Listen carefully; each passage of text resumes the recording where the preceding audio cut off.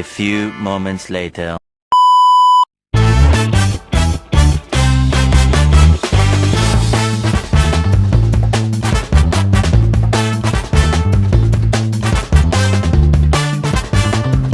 A few moments later.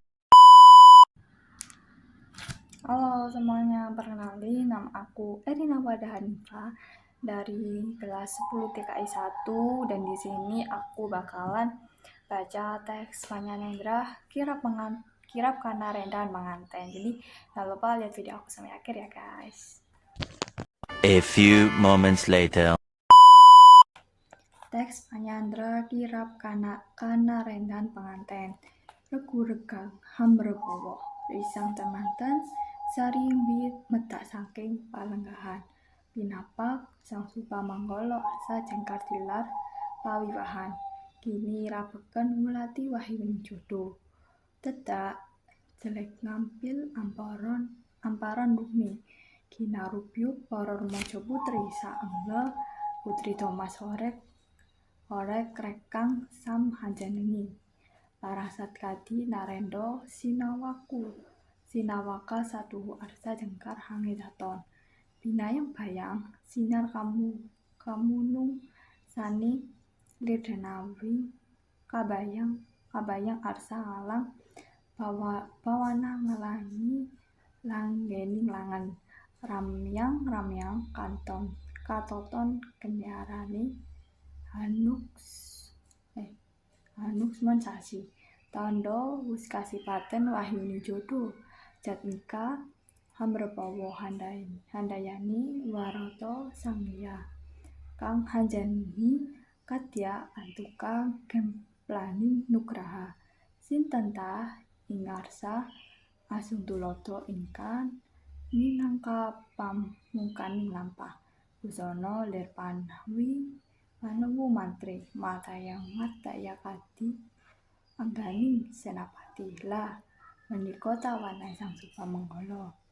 Ya sang Manggala suba dasar bideksa sarwa sembada maksimuda tumaruna wimbu hambek susila naraka leptah reh wilating peksa lampang ngrantaya anut rarasi wirama hanggu pendel tindakane sapejak mangun sapejak tumole tansah kadya marang tembane winisuda sandaya manawa kasandhing rata kabentu sing tawang-tawung. Sumambung ing wuntan tempahe Manggalayuda sakembaran, kembar busanae, kembar dedek biadigene, kembar wanae. Tino saking Mandrawa kadya jambe sinegar. Pasuryane samunar agilar-gilar nganggem busana sarwijenar. Mila moten mokal lamun para kenya pada kumbasor handulu baguse satria kembar. Sawurini ana Dwiwanadya alit sakembaran. Paranandane wus katingal sumunar tejani. Mancorong cahyane tinong saking Mandawa. Gelawa-gelawa kadya golek kencana kang bisa tata janma inggih punika warna nirapata sakembaran.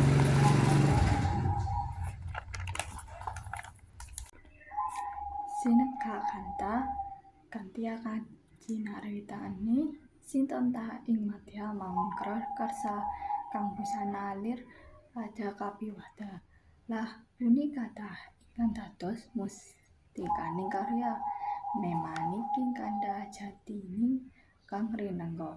Sang temanten kekalih Bagus Pradipta Gautama kaliyan Rara Sekar Arum lumampah kekanten asta keket raket renggang gula kumepyur pulut. Kekalihne sajak lingsem nanging suka anggung reremedyan asta. Berarti yen sadaya tamu boten wonten ingkang pirsa kajawi pangandhelarawi. dalalira dasar wus tamu denira hanganti tumapaki pahargian mamasa kedep hangu jalan wis angget anti karana tansah kadinya kang kinupit sampai intilan sari sawingkingani sampinanten lah punika tak ibu juru paes dalah ibu pangembangi putra temanten sekalian dasar ibu paes prihatin tampil angga yahi jejibahan anggeranga ama mantes sang pinanganten mela asilin pakaryan satuhu datan mujiwani manten ugi ibu pangembangi putra temanten ugi begal lan pinten mata Balewisma momo putra datan kujiwa lampahira sampida raja Ginarubyu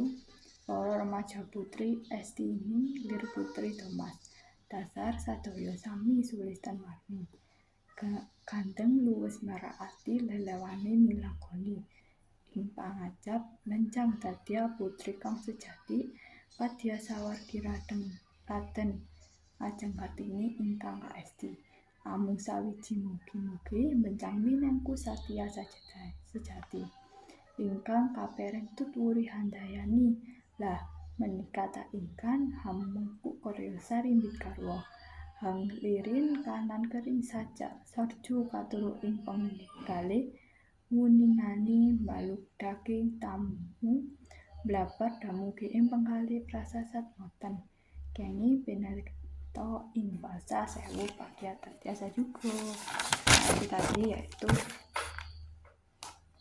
teks Panjandra Kitab Karanen dan pengantin yang udah baca. Terima kasih buat kalian yang menonton. Bye bye guys.